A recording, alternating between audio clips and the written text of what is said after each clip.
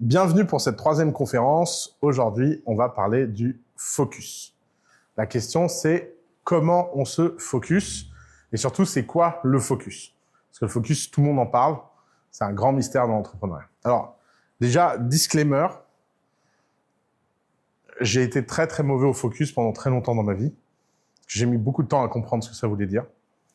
Deuxième disclaimer, le focus, c'est quelque chose d'essentiel.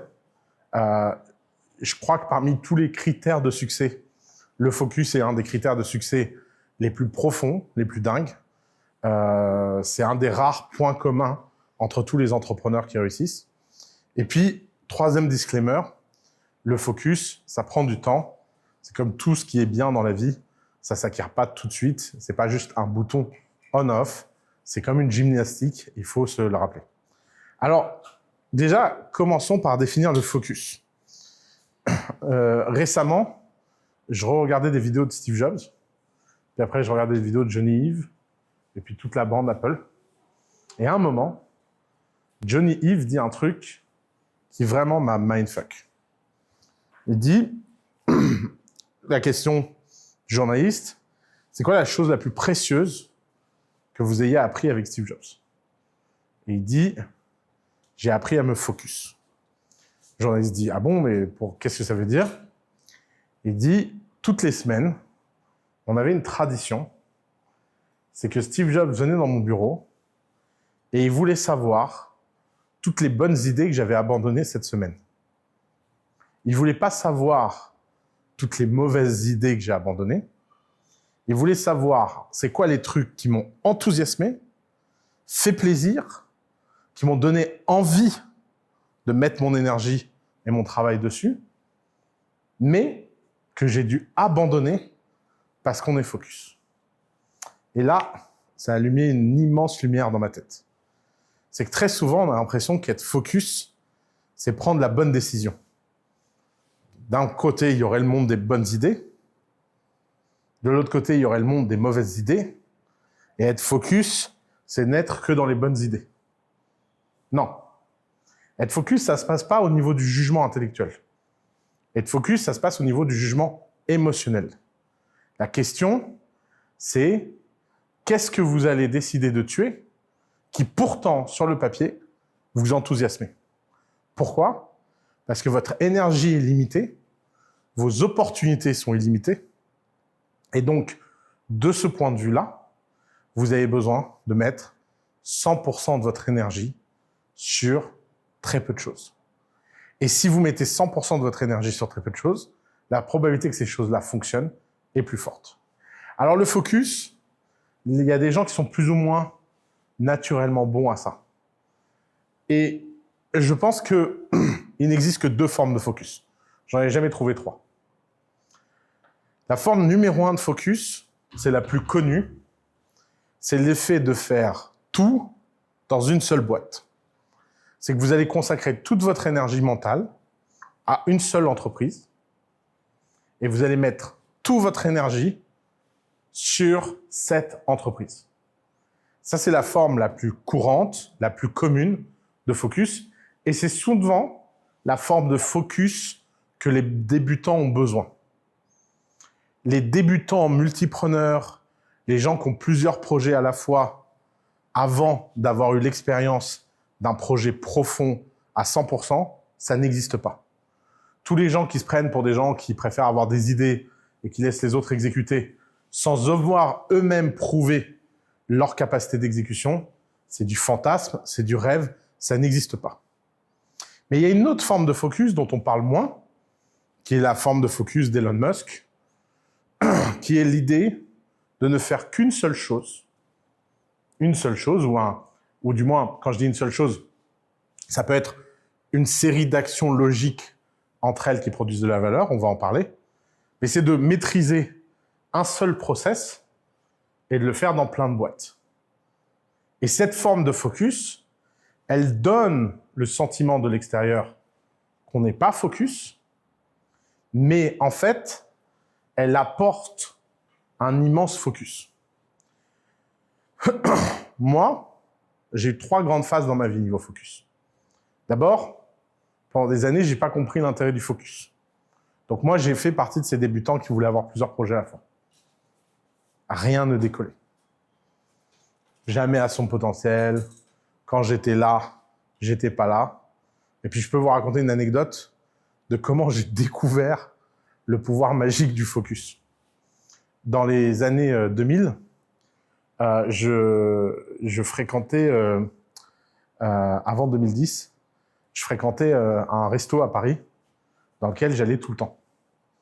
Et vous savez, c'est le genre de resto où il y a une bonne ambiance, le type ferme la grille, il y a beaucoup de clients qui viennent pour le patron, les gens partent à 4 heures du mat, ce genre de resto. Et un jour, le boss du resto vient me voir et me dit, en face, il y a un deuxième resto qui va ouvrir, il y a un resto qui se libère, je voudrais faire une cave à vin, complémentaire au resto. Moi, je lui dis, c'est une super idée, trop cool, bravo, expansion, diversification. Il ouvre la cave à vin. La cave à vin et le resto font faillite. Pourquoi? Quand il est dans la cave à vin, 100% des clients sont dans la cave à vin, et le resto, il est vide. Quand il est dans le resto, 100% des clients sont dans le truc. Avec un niveau de sketch où les gens réservent le resto ou la cave à vin, ils arrivent, ils demandent où est le patron. Le mec dit, bah, il est en face. Ah, finalement, je vais aller manger en face. Résultat, il a doublé ses coûts, mais réduit par 2 son revenu. Avec, je vous parle pas du stress, du crédit, du machin. 1 an plus tard, il mettait la clé sous la porte, il avait tout perdu. Et moi, ça a été mon wake-up. J'ai créé The Family 1 an après sa faillite. Pourquoi? Parce qu'en fait, à un moment, je me suis dit, mais en fait, c'est l'exemple même de ce que j'entends tout le temps, qui est que le focus, ça paye. Et là, ça prenait une incarnation complètement dingue, qui était que lui était le produit de son resto, mais personne ne l'avait jamais vu. C'est-à-dire que personne n'avait intellectualisé le fait qu'on venait manger dans ce resto pour lui. Alors c'est vrai, la cuisine n'était pas très bonne, au fond, c'est tout le temps la même chose, c'était un petit endroit, machin. Mais il avait cette magie unique qui faisait qu'on avait envie de venir dans son resto, on avait envie de passer du temps avec lui.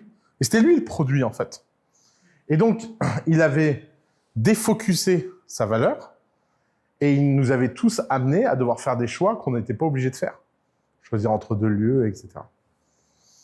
Et donc, à ce moment-là, moi, j'ai pris une décision qui va être la deuxième phase de ma vie, c'est que j'aime changer de sujet, j'aime ne pas toujours m'occuper de la même chose. Comment je peux être focus sur un métier et un seul, et le faire à fond? C'est là où j'ai créé The Family, parce que The Family, ça donne l'impression d'être des focus, parce qu'on fait plein de trucs, mais on fait une seule chose, qui est de donner notre jugement et bâtir les conditions du succès. Et donc, l'immense focus que j'avais pendant The Family, c'était un focus d'investisseur. Et en tant qu'investisseur, on peut avoir plein de projets, parce que quand on a plein de projets, on réduit son risque. Et donc, le fait de faire des deals, et toujours des nouveaux deals, c'est le focus. Et donc, le système que j'avais trouvé, c'était un carré très simple, c'est je raconte du contenu sur Internet, ça me permet d'avoir des idées, de réfléchir à voix haute. Ça attire des gens intelligents qui me permettent de connecter et de faire des deals. Ça me permet d'avoir des deals dans lesquels je deviens investisseur. Ça me donne de l'expérience et des choses qui me donnent des idées à raconter sur scène et on recommence. Et vous voyez, c'est un système extrêmement simple. Et tout ce qui ne rentrait pas dans ce triangle, je dis carré d'ailleurs, il n'y a que 3 côtés, tout ce qui ne rentrait pas dans ce triangle était délégué. C'est-à-dire que moi, je n'avais que cette obsession, et dès qu'on sortait de ce triangle, je le déléguais. Et ça m'a permis, sur une seule boîte, d'avoir un focus immense et de tout faire à travers cette boîte. Et ça m'a permis de commencer ma 3e phase à Dubaï depuis que j'ai quitté The Family, qui est d'être encore plus focus sur une seule tâche et de le fournir à plein de projets. Et de le faire comment? En m'associant à des gens qui, eux, sont focus sur l'exécution. Pourquoi je suis avec Yomi sur Business Pro? Parce que j'ai pas envie de travailler plus de 2 ou 3 jours par an sur Business Pro. Pourquoi je suis avec Alec Henry sur Better With Us, Scale With Us, Sleep With Us. Ah pardon, il n'est pas sorti ce produit. On va vendre aux enchères le droit de dormir 1 an avec moi. Alors, la vidéo sera pas sortie, mais pour de vrai, je vais le faire le 1er avril. Je vais faire une enchère. En exclusivité pour les femmes ou... Comment? Non, bah non, pourquoi? L'exclusivité à celui qui paye le plus. J'ai pas dit fuck with us. J'ai dit sleep with us. Le principe est simple, je dors, et pendant que je dors, tu as le droit de me poser des questions, parce que quand je dors, je parle. Ah, ok. Non, mais c'est un vrai truc. Et je suis méga agressif. Pertinent ou pas? Alors, très pertinent, mais méga agressif. Pertinent, comme tu dis? Ouais, méga pertinent, mais méga agressif. D'ailleurs, mes proches m'appellent Gros Lourdeau. Le mec qui dort, il l'appelle Gros Lourdeau. Mais vraiment, c'est un mec horrible, exécrable. Par exemple, mec, d'accord, ouais. Par exemple, une fois, une de mes meufs, elle avait une idée de projet, j'osais pas lui dire ce que j'en pensais. Et elle a fait la connerie de me demander mon avis pendant que je dormais. Et je lui ai sorti un truc, mais d'une brutalité. Et quand j'ai ouvert les yeux, elle était en pleurs. Et j'étais là, mais merde, qu'est-ce qui s'est passé? Elle me dit, ouais, je t'ai demandé l'avis sur mon projet pendant que tu dormais. Et moi, dans la tête, j'étais, oh merde, qu'est-ce qu'il a dit, Gros Lourdeau, encore? Mais hyper honnête, je peux pas mentir. Et alors, il y a une feature de sécurité, c'est que, donc à une époque, j'étais avec une autre femme, elle était obsédée de savoir si j'étais amoureux d'une autre femme, et elle me posait souvent la question la nuit, es-tu amoureux de... Elle s'appelait Charlotte. Charlotte. et apparemment, je figeais, et tous mes muscles se figeaient comme ça, et à mon avis, mon subconscient était en mode, alerte, alerte, n'ouvre pas la gueule, n'ouvre pas la gueule. Donc je ne peux pas mentir en dormant, aucune capacité de mensonge, mais une capacité à refuser de répondre à des très rares questions. T'as des souvenirs de ça? Aucun. Ça, je me lève, tu peux m'avoir demandé mon code de compte en banque, mes mots de passe, mes machins. C'est un vrai bridge de sécurité d'ailleurs. Aucun. Et donc, d'où le produit Sleep With Us. C'est 1 an de coaching, extrêmement brutal, sans aucun filtre. Tu viens quand je m'endors, et pendant que je dors, tu poses tes questions, jusqu'à ce que tu sois trop fatigué et tu pars. Et ça me permet d'enfin gagner de l'argent en... Voilà, ouais. La boucle est bouclée.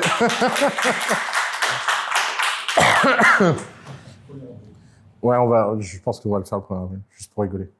En fait, ma seule peur, je sais pas, on verra. La vidéo, de toute façon, sortira après le 1er avril. Donc, on verra si j'ai osé le faire ou pas. La seule peur que j'ai, c'est que les gens bident pour de vrai. J'ai vraiment peur que si la page de vente est trop bien faite, etc., qu'il y a vraiment des mecs qui se disent, bah ouais, carrément. Moi, je veux acheter mon coaching Sleep With Us. Et donc, après, ce serait un peu embarrassant quand même. Donc voilà. C'est bien marketé, ça peut... Bah justement, c'est le pas problème. dans le lit, tu vois, tu mets un bureau à côté, tu fais un truc où toi tu dors, mais la personne, elle est en mode focus. Elle est en mode focus. Ouais. Et donc, ce qui m'intéresse dans cette 3e forme de focus, c'est de lier le couple focus et association. Puisqu'en fait, l'idée, c'est que pour scaler ma personne, le grand secret que j'ai unlock à la sortie de The Family, c'est que je n'étais pas obligé d'être associé dans les projets, à faire tous mes projets avec mes mêmes associés. Je pouvais multiplier le nombre d'associés à la condition que ce que je fais rapporte du leverage pour l'ensemble. Et le leverage, il est un peu différent d'avant, mais c'est le même. C'est je fais du contenu pour attirer des gens. On structure différemment ma capacité à capter les gens, capter les clients et notamment capter les talents. Parce que pendant très longtemps, je ne me suis pas rendu compte de la puissance en recrutement du contenu. Donc ça, on a mis en place des vrais produits, des vrais process. Et donc, le contenu n'est plus qu'une histoire d'avoir des startups, mais vraiment d'être le plus mainstream possible pour parler au maximum de catégories de gens. Et quand on a fait cet immense impact, on crée des produits qui sont des segments de ces populations. Et chaque associé est en responsable d'un segment de façon extrêmement focus. Vous voyez, cette stratégie, ça permet de faire plein de choses, tout en ayant l'impression d'être très défocus, puisqu'on a plein de projets. Alors que moi, mon focus est toujours le même. C'est un focus contenu, vision, recrutement. Et ce recrutement, il peut être employé, salarié, etc.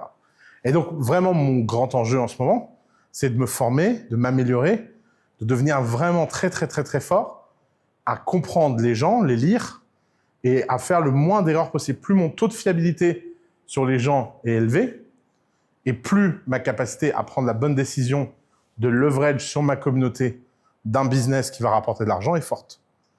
Et vous voyez, ça permet de donner l'impression de faire plein de choses en ne faisant qu'une seule chose. Et de ce point de vue-là, le focus, c'est magique. Parce que le focus, une fois qu'on est vraiment à sa place, qu'on refait la même chose, on a quelque chose qui s'appelle les effets cumulés, les multiplications cumulées. C'est qu'en fait, on n'a pas simplement l'effet de son action, mais on a l'effet du cumul de son action et de la répétition de son action. Alors ça, c'est une leçon que tout le monde peut prendre en regardant n'importe quel manga, n'importe quel animé. Les Japonais ont compris ça depuis des centaines d'années, depuis des milliers d'années, qui est que la répétition crée la perfection. Et l'erreur que beaucoup trop de gens veulent, c'est être trop large niveau skills. Ils veulent être bons à tout. Et récemment, j'ai regardé l'interview de Elon Musk avec le journaliste qui l'agresse un peu, là, je sais plus comment il s'appelle. Comment? Le journaliste... Non, sur Twitter. Bon, bref, peu importe. Vous verrez, on le mettra en montage. Et ce qui est assez fou, c'est que énormément de critiques ont reproché à Elon Musk de ne pas s'exprimer correctement. Comme s'il était à l'école, et qu'il faisait un exposé, et qu'il avait une note là-dessus. C'est-à-dire qu'on dit au mec le plus riche du monde, qui a le nombre de business les plus successful du monde, qui a eu le plus d'impact complètement intersidéral, pour le coup, littéralement, lui, intersidéral, sur le reste du monde. Et il y a un mec qui dit « Ouais, mais là, je te trouve pas très fort. » Et pourquoi? Parce que c'est la putain de mentalité de l'école. À l'école, on valorise les gens qui sont forts dans tout. Mais les gens qui sont forts dans tout, ils le sont dans les standards de l'école. Si c'était dans les vrais standards de la vie, l'échelle de la vie, elle est x10 de l'échelle de l'école. Par exemple, moi j'avais 20 sur 20 en philo. Ça fait pas de moi un grand philosophe. Ça veut juste dire que dans une classe de psy cassé, j'arrivais à peu près à mieux réfléchir que les autres. Mais si on prenait tous les 20 sur 20 du monde et qu'il y avait une vraie façon de mesurer le niveau de philosophie, la probabilité que je sois numéro 1 au monde est très faible. Parce que si j'étais numéro 1 au monde en philosophie, je serais pas là à faire des confs sur l'entrepreneuriat. Et ça, en fait, c'est la réalité de beaucoup de matières. Vous pouvez avoir des très bonnes notes en maths, mais pas être le meilleur mathématicien du monde. Or, pour gagner dans la vie, il faut surtout pas être dans la moyenne dans tout. Il faut vraiment assez vite, assez tôt, choisir un ou deux domaines sur lesquels vous allez focus votre énergie. Et c'est là où on comprend que le focus, c'est tridimensionnel. Il y a le focus de l'apprentissage qui donne le focus de l'action, qui donne le focus des résultats. Et il doit y avoir une cohérence entre les trois. Si par exemple je me dis, moi, ce qui a le plus de valeur dans tout ce que je peux faire, c'est le couple vision-intelligence, bah, ça veut dire que 100% du temps que je consacre à apprendre des choses, rencontrer des gens intelligents, m'inspirer, avoir de l'info et de l'info et de l'info, ce n'est jamais du défocus. Parce que je le passe toujours dans un filtre d'apprentissage au service d'une action qui a un impact multiplicatif sur mes business. Et le problème, c'est que très souvent, les gens n'ont pas ça. Ils n'ont pas un domaine dans lequel ils brillent plus que les autres. Ça peut être le deal making, ça peut être le recrutement, ça peut être le... ça peut être... Non, t'inquiète. Ça peut être le deal making, le recrutement, la programmation, le product, le hardware, la robotique, peu importe. Mais à un moment dans votre vie, pendant un cycle donné, et ne vous dites pas que ce cycle sera votre cycle toute votre vie. Vous avez tout à fait le droit, en chemin, de changer de focus. Mais il y a des moments où vous devez vous mettre dans un cycle à durée indéterminée, pendant lequel vous mettez toute votre énergie. Et c'est là où commence un autre petit secret secret très intéressant, qui est celui de la passion. Alors la passion, c'est un grand sujet. Il y a plein de gens qui disent « Ouais, il n'y a pas besoin d'être passionné, il suffit d'être discipliné. » C'est vrai. Heureux sont ceux qui y arrivent. De mon expérience chez les humains, c'est-à-dire toutes les petites bêtes là, dehors. En général, le couple passion-discipline est assez simple. La passion, c'est pas ce qui est nécessaire au succès. La passion, c'est le hack ultime de focus. C'est plus simple d'être focus sur un sujet qui nous passionne que d'être focus sur un sujet qui nous intéresse.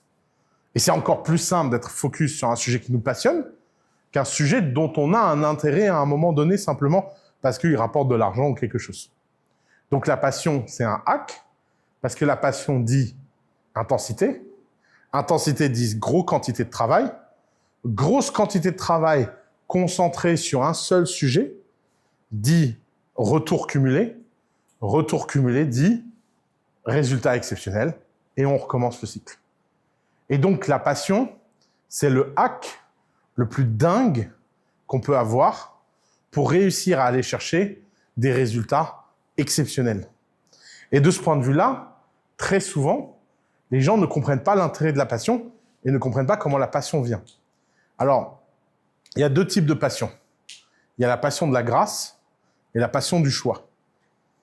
La passion de la grâce, ça concerne peu de gens.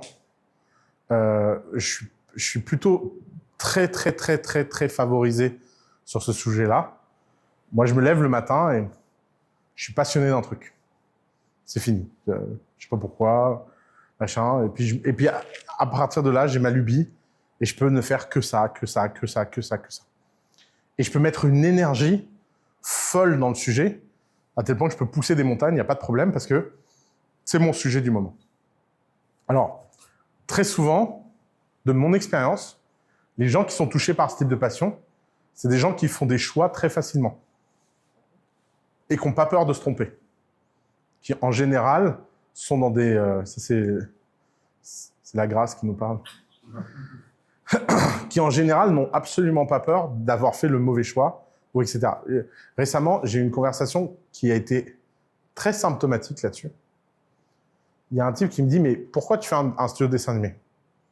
Je lui dis « Parce que je regarde 2 à 3 heures de dessin animé depuis que j'ai l'âge de 4 ans, par jour. » Donc, à un moment, je me suis dit « Quand même pas con, vu tout ce que je sais sur le sujet, faire un business. » Ouais, mais bon, c'est quand même très dur de faire un bon dessin animé. Ouais. Mais donc, tu pourrais faire un business plus simple. Ouais. Bah, pourquoi tu fais pas un business plus simple? Parce que je regarde 2 à 3 heures de dessin animé par jour. Ouais, mais moi, je mange 2 à 3 heures par jour, c'est pas pour ça que j'ouvre un resto. Ah, en fait, t'es moins con que t'en as l'air. C'est vrai, très bon point. Mais aucun resto peut te rendre milliardaire. Et là commence la vraie conversation intéressante. C'est qu'en fait, ce qu'on ne comprend pas parmi les passions, c'est que le couple entre passion et décision est beaucoup plus intime qu'on imagine.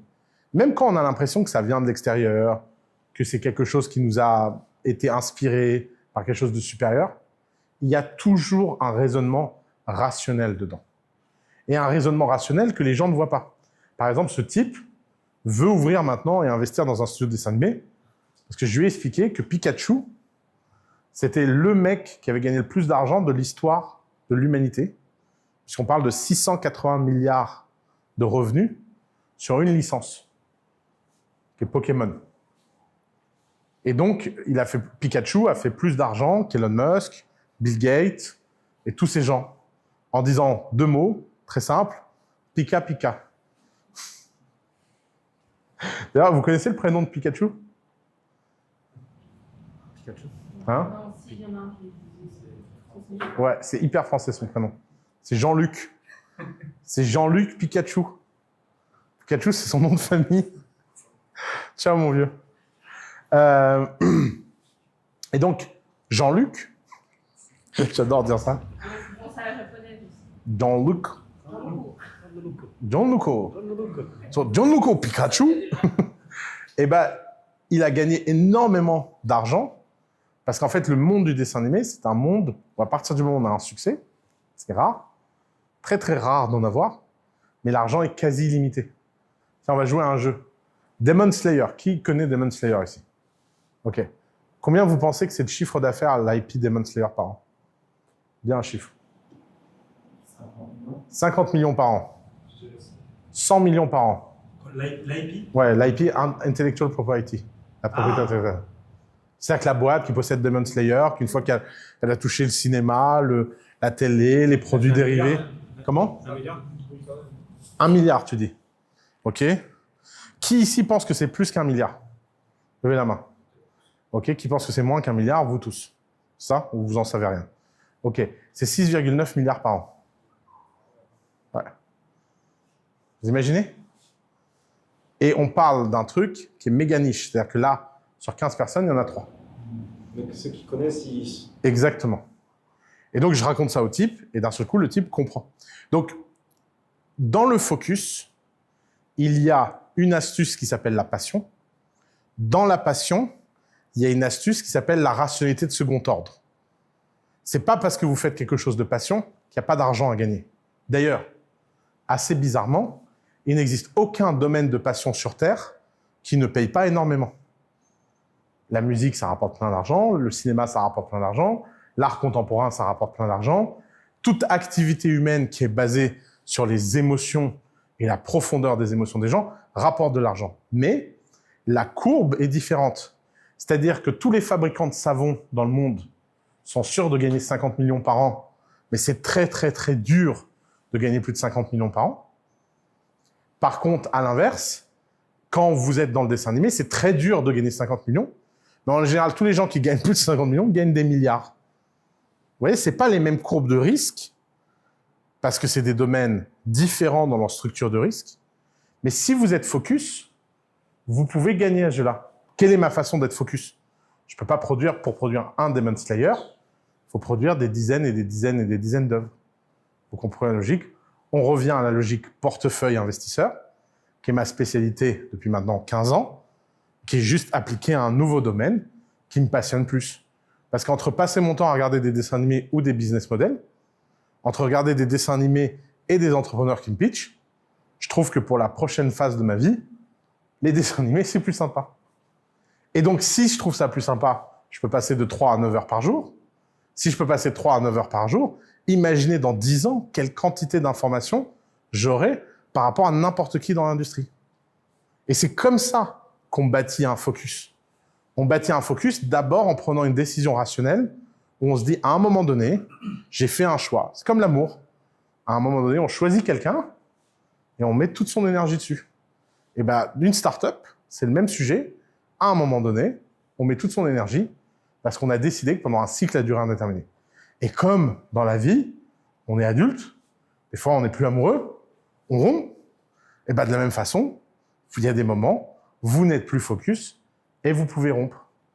Et donc, le focus peut venir de la grâce ou peut venir du choix, mais à un moment donné, ça passe par le fait, que ce soit par la discipline ou par la passion, de réduire le nombre d'options. Et on revient à l'histoire que je racontais au début avec Steve Jobs.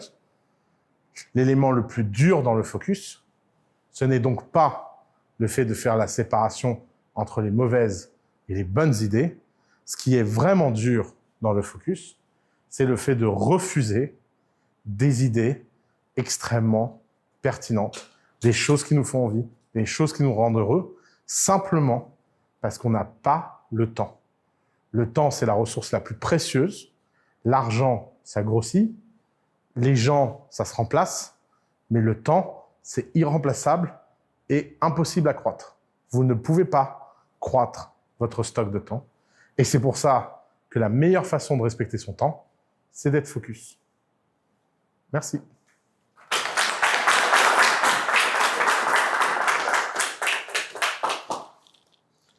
T'as une question? Allez. Vas-y.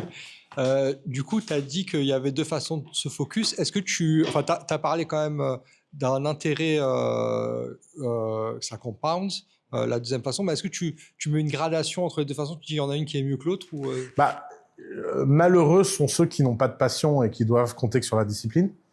Donc moi, j'aurais envie de te dire, j'ai l'impression que c'est quand même plus simple, le truc. Mais tu vois, par exemple, pour en avoir beaucoup parlé avec Yomi, lui, il est plutôt de l'école de se dire non, la discipline, si ça gagne de l'argent, on le fait, et puis moi. Mais c'est parce que j'ai l'impression qu'il y a une passion cachée pour l'argent. Il commence Donc, à changer d'idée là-dessus. mais ça, c'est son grand malheur, c'est parce qu'il me fréquente, c'est terrible. Il l'a dit il est sorti de podcast où il l'a dit. Ah ouais. Mais tu sais que moi, j'étais en flip quand il disait ça. Je disais, merde, je l'ai niqué. j'ai détraqué Yomi Denzel. On est dans la merde. Ouais. Non, mais oui. Bah, il vieillit, quoi, tout simplement. D'ailleurs, vous savez pourquoi il est impossible de savoir ce qu'on fera dans le futur? Vous savez, un enfant, souvent, quand il imagine ce qu'il fera plus tard, ça tombe jamais juste. Vous savez pourquoi? Parce que c'est influé par ce qu'on fait aujourd'hui. Donc, non. Non. Mauvaise réponse. C'est parce qu'il est impossible de prévoir l'impact du temps. Le temps est réel. Le temps, c'est comme l'eau sur un caillou. Quand vous avez votre caillou et votre rocher, et que l'eau passe tous les jours, la forme du caillou change. Et donc, très souvent, quand vous imaginez dans le futur, vous prenez votre caillou actuel et vous le déplacez dans le futur. Sauf que, ce que vous ne savez pas, c'est qu'en déplaçant votre caillou dans le futur, la forme de votre caillou change. Et donc, le caillou du futur n'est plus vous. Et donc, vous ne pouvez pas savoir comment vous réagirez. Et il y a des vagues plus ou moins violentes dans la vie. En fait, tous les événements de la vie, c'est comme des vagues sur votre rocher. Par exemple, la mort de gens que vous aimez. Ça, c'est des grosses vagues qui peuvent briser votre caillou, qui peuvent changer qui vous êtes. L'argent. Par exemple, moi, il y avait un truc qui me faisait beaucoup rire à The Family, que j'appelais la sainte naïveté des entrepreneurs. C'est les entrepreneurs, ils disaient toujours, moi, je veux pas vendre ma boîte. Ouais. Toi, aujourd'hui, ruiné, qui n'a pas d'argent, en mode clochard, bien sûr que tu as besoin d'un ego qui dit, je ne veux pas vendre. Mais dans 5 ans, quand tu auras une femme, des enfants, un crédit, et qu'un mec va te mettre de l'argent sur la table, eh ben on va voir si tu veux pas vendre. Et évidemment, 100% des mecs qui m'ont dit ça ont vendu leur boîte. D'ailleurs, très souvent, les gens qui ne vendent pas leur boîte, à la question « Est-ce que tu vas vendre ?» Oui, je sais pas, peut-être, sans doute, quand même. Hein, ça ferait du bien un peu d'argent. Et c'est ces mêmes mecs qui, une fois qu'ils ont l'argent et qu'ils réfléchissent pour de vrai, disent « Ouais, en fait, non, peut-être pas, je crois que c'est pas le bon moment, etc. » Et c'est assez drôle. C'est comme les histoires de vertu et de courage. Moi, j'ai jamais vu... Par exemple, quand j'étais prof à Sciences Po, il y avait une question que j'adorais poser aux gens. C'était de leur dire s'il y a une bagarre, est-ce que vous aidez la personne à s'en sortir? Dans la rue, vous voyez quelqu'un se faire battre, est-ce que vous aidez à s'en sortir? Et dans une classe donnée, 99% des gens répondent oui, bien sûr, c'est la bonne chose à faire. Et moi, mon rêve, c'était de les tester socialement. C'est quand ils rentraient chez eux, d'organiser des fausses bagarres et de voir comment ils réagissent. Je rêvais, bon, je le faisais pas, mais j'ai vraiment j'ai une passion de faire ça. Parce que je sais très bien ce qui se passera. On sait très bien que très souvent, le courage vient d'endroits improbables. Improbables. C'est jamais ce qu'on imagine avoir les caractéristiques du courage qui, au moment donné, expriment du courage. D'ailleurs, une scène incroyable dans les animés là-dessus, parce que maintenant je réfléchis à ton truc, là, c'est dans My Hero Academy. Je sais pas si vous avez vu ce manga. Épisode 1, lorsque le héros qui n'a pas de pouvoir va aider et défendre alors qu'il va se faire fumer. Il sait qu'il va se faire fumer, mais c'est plus fort que lui. Son corps agit avant sa pensée. Et le personnage principal, le héros, dit « Ça, c'est un héros. C'est quand ton corps fait quelque chose avant même ton esprit, parce que c'est plus fort que toi, tu as besoin d'être courageux. » Je crois beaucoup à ça. Je crois beaucoup au fait que dans l'humanité, la norme, c'est d'être lâche. Je pense qu'on est tous lâches. Je suis lâche, vous êtes lâche, on est tous lâches. Mais de temps en temps, nous, lâches, dans un certain nombre de circonstances et de caractéristiques, il se passe quelque chose. Et c'est pas ontologique. Il n'y a pas des gens lâches et des gens courageux. J'y crois pas, ça non plus. Je pense pas que les gens courageux sont toujours courageux. Les gens courageux, ça leur arrive très souvent d'être lâches. Et les gens lâches, de temps en temps, ça leur arrive de faire preuve de courage. Et ça, c'est vraiment ce qui fait que l'humanité est si dingue. D'ailleurs, on le voit dans les guerres, etc. Je vous souhaite de jamais sortir des gens d'un pays de guerre, mais on voit vraiment l'attitude des gens dans ces moments-là. Parce que d'un seul coup, c'est fini. Les amarres sont larguées. Il n'y a plus de règles, il n'y a plus de gens qui vous protègent, il n'y a plus de société qui vous permettent de jouer la comédie, il n'y a plus que votre violence et votre animalité. Et moi, dans ma famille, on a sorti souvent des gens de guerre, Liban, Kinshasa, récemment en Ukraine. On dirait qu'on attire ce genre d'emmerde, je sais pas pourquoi d'ailleurs. Mais à chaque fois, je vois les déceptions, les attitudes, les traîtrises. C'est assez fou comme intensité humaine, la guerre. Et ça, c'est la même chose dans l'entrepreneuriat, à une échelle bien moindre. C'est que la clé du focus, c'est le courage. Et c'est très, très dur d'exercer ce courage tant qu'on ne l'a pas habitué. Question. Alors moi j'en ai une. Ouais. Non, mais tout à l'heure tu parlais de passion et du fait de les gens qui font d'énormes richesses, souvent c'est des gens qui ont vendu une passion. Mais est-ce que tu penses que c'est toujours une passion qui leur est propre par rapport à une passion qui peut être détenue par la masse? Je veux dire, par exemple, tu prends un cinéaste ou quoi. Est-ce que tu penses que Tarantino, il fait tous ses films par passion parce qu'il aime ça, ou un jour, il a fait un film, il s'est rendu compte que les gens l'ont aimé, et du coup, il a été pris de passion par le fait que les gens l'aiment finalement? Oui, est-ce que ça crée une passion différente chez l'homme, et du coup, tu la suis toujours? Je sais pas. Vous avez un avis là-dessus? J'ai aucune idée de comment les gens fonctionnent. Je pense que déjà, la passion d'être scénariste découle même du fait qu'après avoir réalisé, ce que tu ressens des utilisateurs finaux, ceux qui vont regarder vos films, leur sentiment, le fait de leur procurer le bonheur, c'est ce qui est à l'origine même de ta motivation pour faire des scénarios. Donc, du coup, ça pourrait expliquer bel et bien de faire des scénarios J'ai vraiment pas d'opinion là-dessus. Ouais. qui soient motivés parce que des gens vont pouvoir aimer derrière, je pense. Je pense que les deux sont vrais. Ou une induit l'autre, peut-être. Enfin, Non, je pense vraiment que les deux sont vrais. Il y a des enfants passionnés de choses très tôt. Hein. D'ailleurs, le plus grand hack connu du génie, hein, c'est de passionner quelqu'un très tôt. Hein. et toi, tu as Sofiane Pamar qui fait du piano depuis qu'il est tout petit, non? Si j'ai C'est bien... un bon exemple, ouais. Et tu vois, ça change tout, en fait. Parce que, t'imagines, si tu commences ton entraînement à 4 ans, l'exponentiel,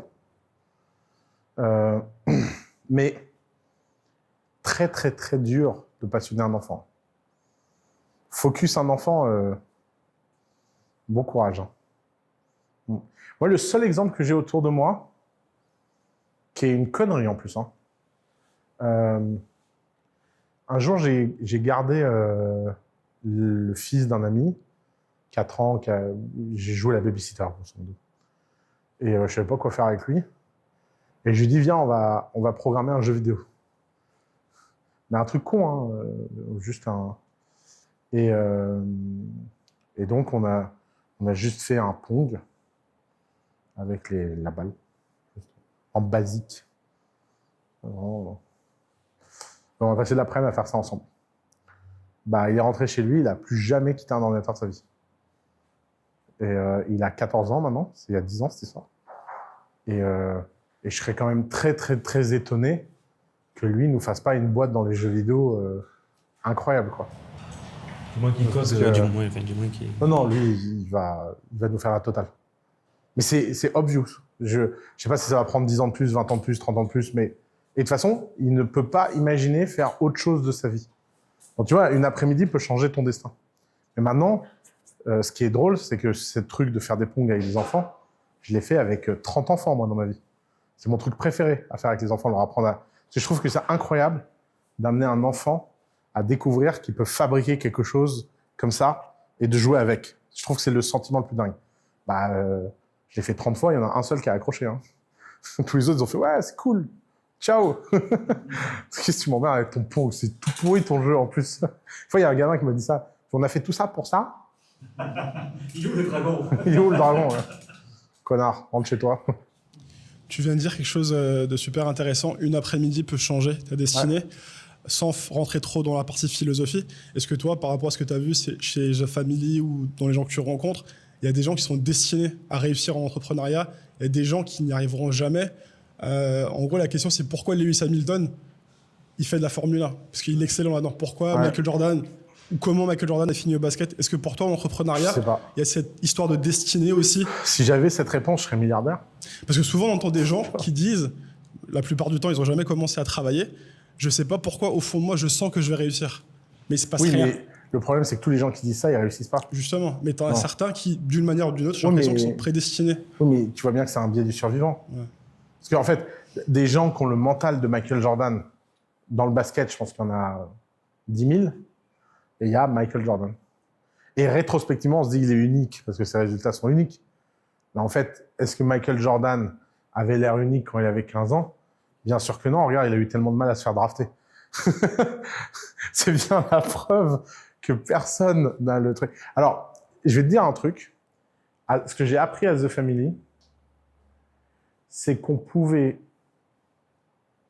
voir très très très vite que quelqu'un était singulier, mais on pouvait jamais prédire s'il allait réussir financièrement. C'est que la corrélation entre la singularité d'une personne et sa réussite financière, il y a trop d'éléments qui rentrent en jeu. Mais c'est vrai que la singularité... Et c'est vrai que l'autre secret que tu découvres, c'est que la singularité est très souvent traumatique. C'est un peu comme si tu avais une courbe de Gauss de l'humanité et que les gens qui sont à cet extrême, c'est toujours après un drame. 100% des entrepreneurs que je connais et qui ont une énergie très, très, très singulière, il y a toujours un trauma derrière. Et c'est terrible parce que tu te dis, mais attends, je ne vais pas traumatiser mes gosses. Quid de l'éducation des enfants. Quid de l'éducation, tu vois. Mais tu sais, c'était... je ne sais plus c'était quel philosophe qui avait abandonné ses enfants. Jean-Jacques Rousseau. Un jour, dans une lettre à un ami, il dit un truc du genre, oui, mais ça les rendra plus forts. Mais le pire, c'est que c'est vrai. C'est-à-dire qu'en fait, tu peux pas souhaiter ça, mais moi, je ne serais pas qui je suis si j'ai pas eu l'histoire que j'ai eue. Tu vois, c'est pas... Mais je ne souhaite mon histoire à personne. Donc c'est une sorte de cycle. La singularité, c'est un cycle très étrange.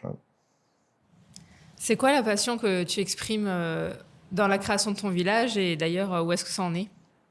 J'ai reçu le plan d'urbanisme hier. Donc ça avance, ça avance, ça avance. En fait, c'est vrai que le village, c'est un bon hobby pour moi. Alors c'est vrai qu'on n'a pas parlé de ça, c'est un point important. Tous les gens les plus focus que je connaisse, dans leur travail, dans tout ça, ils ont toujours des hobbies à la hauteur de leur personne. C'est-à-dire que je ne connais personne qui opère à un niveau hyper élevé en termes business, etc., qui n'a pas des hobbies sur le côté. Et ça, il faudra qu'on parle de l'importance des hobbies dans la vie pour aller chercher. Et donc, moi, mon village, c'est mon hobby. Parce que mon hobby, c'est quoi? C'est ma famille, mes amis, c'est mon mode de vie, mon lifestyle. Et je trouve que la meilleure façon de faire ça, c'est de construire un lieu de vie. Parce que c'est là où tu peux atteindre l'excellence en termes d'environnement, d'esthétisme, etc. Je suis très attaché, moi, à l'environnement. Je trouve que vivre dans des beaux lieux, des beaux jardins, des belles œuvres d'art, ça éveille ta conscience et ton imagination. Mais c'est vrai que... Et d'ailleurs, souvent, les gens comme Steve Jobs, etc., l'exemple le plus dingue que je connais, c'est Johnny Ive, designer d'Apple pendant des années. Fada de café, mais vraiment malade de café. On parle quand même du mec le plus occupé du monde. Vous imaginez, il a quand même designé tous les produits Apple il est parti pour l'iPhone 13. Donc jusqu'à l'iPhone 13, 100% des produits Apple ont été designés par lui. Johnny Ive, c'était une équipe de 14 personnes. 14 personnes. 14 personnes dirigeaient tout le design chez Apple. Chez Sony, ils étaient 900. Et personne ne connaît un produit Sony. Hein. Donc vous voyez la différence. Et bah, Johnny Ive, un jour, j'ai eu la chance de le rencontrer quand je vivais à San Francisco. Et il a commencé à me parler de sa passion du café. Et c'est un malade. C'est-à-dire que, un seul coup, il t'explique qu'en fait, pour faire du bon café, la seule façon que le café soit buvable, c'est un piston de 20 tonnes. Et ça pose des vrais problèmes d'industrialisation et je sais pas quoi. Et donc, ils ont créé une machine spéciale pour faire le meilleur café du monde. Et que c'était leur façon de se détendre entre deux projets. C'était de travailler sur la machine à café du bureau. C'est un mec qui a une Rolls-Royce Apple. Il a complètement redesigné sa Rolls-Royce. Donc, le focus, oui. Le focus, c'est hyper important dans ta vie professionnelle. Mais l'équilibre en dehors de ta vie professionnelle, d'aller trouver d'autres endroits où tu vas opérer avec le même niveau d'intensité et de rigueur, mais sur des choses sans enjeu. Parce que tu vois, le village, c'est pas un enjeu pour moi. C'est 20 maisons, c'est mes potes. Ça a pas d'enjeu de business. Je veux pas construire des villages à travers le monde. Je suis pas en train de scaler une boîte de village. D'ailleurs, c'est même mon plus gros problème. J'ai été le présenter, là, le projet aux autorités ici. Ils m'ont dit, c'est génial, il faut en faire 20. J'ai dit, non, non, non, non, non, non, non, non, non, non. Oh là, on s'arrête, c'est un hobby, les frères. Le mec, il m'a regardé, il m'a dit, what is hobby? What do you mean? I said, yeah, I do that as an amateur. It's for me, living, leave me alone. Il dit, why? Why you have lack ambition like that? It's great. We need to do all Dubai like that. Je suis, wow. On se calme. Non, non, écoute. Et donc, pour en sortir, je dis, on fait un petit village, on teste, on voit si ça marche. Puis après, tu te démerderas. C'est pas mon problème. Je suis pas promoteur immobilier, tu vois. Donc c'est typique de ce genre de choses. Il faut avoir des hobbies à la hauteur de ta vie. Et on néglige trop les hobbies. Les hobbies, la vie perso, ça demande autant d'intensité que sa vie pro. Parce que s'il y a un déséquilibre entre sa vie perso, ses hobbies et sa vie pro, ça crée des drames. Je veux dire, imagine, si ton endroit le plus excitant sur Terre, c'est ton travail, et à chaque fois que tu rentres à la maison, tu te fais chier, bah, il y a un moment, tu rentres plus chez toi et tu burn out. Parce que, résultat, tu restes trop au travail. Personne ne peut trouver son équilibre. En fait, souvent, les gens, ils imaginent intensité au travail, relaxation à la maison. Mais ça relaxe pas, la relaxation. Non, c'est intensité au travail, intensité dans la vie perso, dans d'autres domaines que le travail, et tu passes d'une intensité à l'autre et ça te permet d'opérer à immense intensité. C'est quoi vos hobbies? Vous avez des hobbies? C'est quoi ton hobby? Justement, je sais pas. T'as pas de hobby? T'as envie, toi? À part mettre des gens dans les jets, mais t'es jeune, toi. Non, c'est le foot. Le foot, j'étais en centre de formation, donc c'était un hobby. Ah ouais? Et tu continues à jouer au foot? Je continue pour le plaisir, ouais. Mais après, Tu veux je fais un choix. que je te donne le numéro de Patrice? C'est bien, c'est bien. Je m'en occupe. Moi, c'est les voitures. C'est les voitures? Tu conduis vite? Ouais. Stylé. Je viens de créer une boîte dans les voitures. Ah ouais?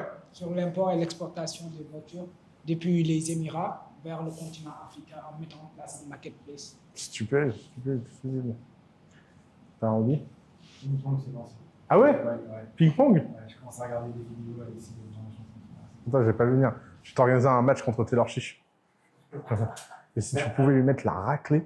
Parce qu'il se la joue trop, je suis le roi du ping-pong. Il a défoncé le pauvre Yomi, qui n'a rien compris. Donc, ce serait cool. Mon travail, c'est ma passion. Ouais. Je suis data scientist, machine learning, etc. D'accord. Et tu fais pas des projets perso? Assis à côté. Ouais. D'accord.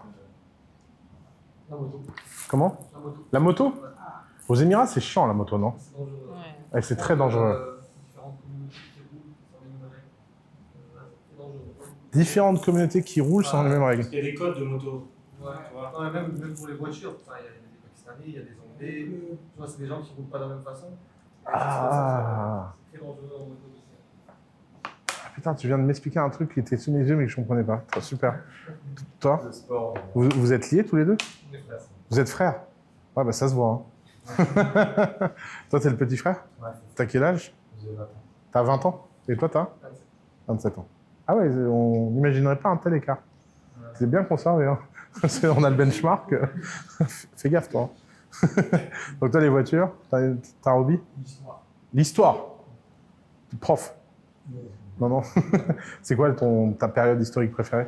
Là, c'est la Mésopotamie. La Mésopotamie. Ouais. Ouais. Tu vois qui est Christophe Delaune? Oui, je crois que j'ai vu dans Il a tes- construit le domaine d'Ablon. Ouais, ouais. Bon, normalement, si les dieux veulent, on va vendre le domaine d'Ablon. Et normalement, si sa santé le permet, parce que c'est un peu compliqué en ce moment, il va venir s'installer à Dubaï. Et on est en train de pitcher un projet. Alors, c'est lui, hein, c'est son projet. Hein, mais je l'aide juste à obtenir les rendez-vous et tout. Projet complètement dingue de refaire les jardins suspendus de Babylone à Dubaï pour en faire un mall et une résidence. Mais en Arabie Saoudite aussi, il y a un projet un peu similaire. Ah ouais Je ne veux pas vous spoiler, mais. Mais c'est pas grave, c'est pas nous. Ouais, mais, Oh, mais ça existera jamais, alors Ouais. qu'ici, il y a une chance que ça existe. Moi, le sport, Le sport, et les sensations fortes. Ah Tout ouais ce qui est extrême, ouais. tu sautes en parachute. Oh, ouais, ça me dérange. Moi, à un moment, j'avais une lubie pendant le Covid. C'était de regarder des témoignages et des interviews de gens qui font du body jump. C'est les gens les plus intéressants du monde. Pourquoi? Parce que c'est le sport avec le plus fort taux de mortalité au monde. Et donc, la règle, c'est que chaque fois que tu sautes, c'est complètement dingue. C'est comme tu es persuadé que tu vas mourir, il faut mettre en place plein de choses dans ta vie. Et les mecs, ils sont hyper profonds sur qu'est-ce qu'il faut mettre en place pour partir sereinement. Bah oui, parce que chez eux. Donc notamment, ils disent au revoir à leurs proches et font comprendre à leurs proches que leurs proches vivent avec le fait qu'ils peuvent mourir, et c'est fine. Ils ont testament, tout ça en place. Enfin, moi, ça m'a beaucoup fait réfléchir parce que j'ai failli mourir pendant le Covid. Et je passais à ça de mourir. On est venu me voir à l'hôpital pendant le Covid, on m'a demandé si j'avais fait mon testament.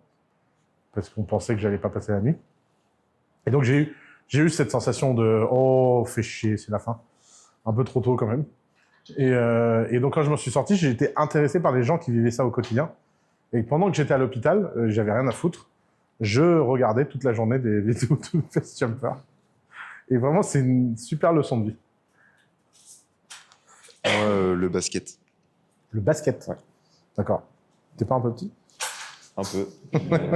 Je rigole, pardon. C'était vraiment pour te taquiner. Ouais, toi, t'as pas de hobby. Toi, Ouais, t'as- ça dépend. le C'est quoi un foot. hobby? C'est ça la. Comment ça c'est... Alors, les gens qui demandent qu'est-ce qu'un hobby, ils n'ont pas de hobby. C'est quoi ton hobby? L'équitation, et j'ai mis pas mal d'intensité puisque j'ai fait 2 fois les championnats de France. Waouh! Et j'ai fini 6e l'année dernière. Donc, Ici, tu dois être heureuse. En chevaux, non? oui et non. Ah non? Ils montent pas très bien en fait. Ils montent pas très bien, ok. Intéressant. Bah, c'est l'ancienne équitation en fait, avec beaucoup de soumission et de. Pour le coup, nous on a des années d'avance par rapport à ça, Ah ouais? par rapport à Dubaï. Intéressant. Et tu les sens dans quelle approche? Tu sens dans une approche traditionnaliste, ils veulent pas en changer? Ou tu sens qu'ils sont curieux de... Ouais, ils sont quand même super en demande de voir comment nous on fait. Leur Donc il y a une expliquer, opportunité etc. business à faire des choses dans le cheval aux Émirats. Ouais, totalement, ouais. Et t'es dans ce domaine? Non, pas du tout. D'accord. Et pourquoi t'es pas dans ce domaine? En ce moment, je voyage et Ok. c'est 2 passions qui vont pas très bien ensemble parce que voyager avec un cheval, c'est compliqué. Ah bah ça, en soute, j'ai essayé. À part en tartare. Je ne valide pas cette blague. Le sport de manière générale, Ouais. décompresser, la pêche. La pêche? C'est comme ça que je me vois faire ma retraite, soit sur un voilier, soit dans des petites rivières au Canada. Ah ouais. La pêche, j'aime bien. Mais il y a des trucs à pêcher dans le coin? En mer, ouais, mais il fallait en haute mer. Faut aller loin, quoi. Ouais. Mais je sais que les locaux, parfois, ils partent comme ça, ils sont à 4-5 sur un bateau, Ouais. ils vont pêcher. Ouais, ils font beaucoup ça, effectivement. Ouais. Ouais, j'ai pas encore les connexions, mais je pense que ce serait un... Oh bah, quelque chose écris-moi, d'intéressant. Écris-moi, je te connecterai. Ok, avec plaisir. Et, J'ai des potes qui vont pêcher souvent ici. et une autre passion, c'est jouer à Age of Empires. C'est... je sais pas d'où ça Ça vient. joue encore? Ouais, ça joue encore. Ils ont créé... On peut jouer en ligne maintenant et tout. C'est vrai? Ouais, ils ont fait une édition, Oh putain, une réédition. ça a niqué ma vie, toi. Et moi, Donc tu peux jouer sur Mac? Ouais, tu peux jouer. Bah, il faut un émulateur, mais tu peux trouver des solutions pour jouer. Ok. Et moi, c'est ce qui m'a donné envie d'entreprendre Age of Empires. Ah ouais? Ouais, franchement.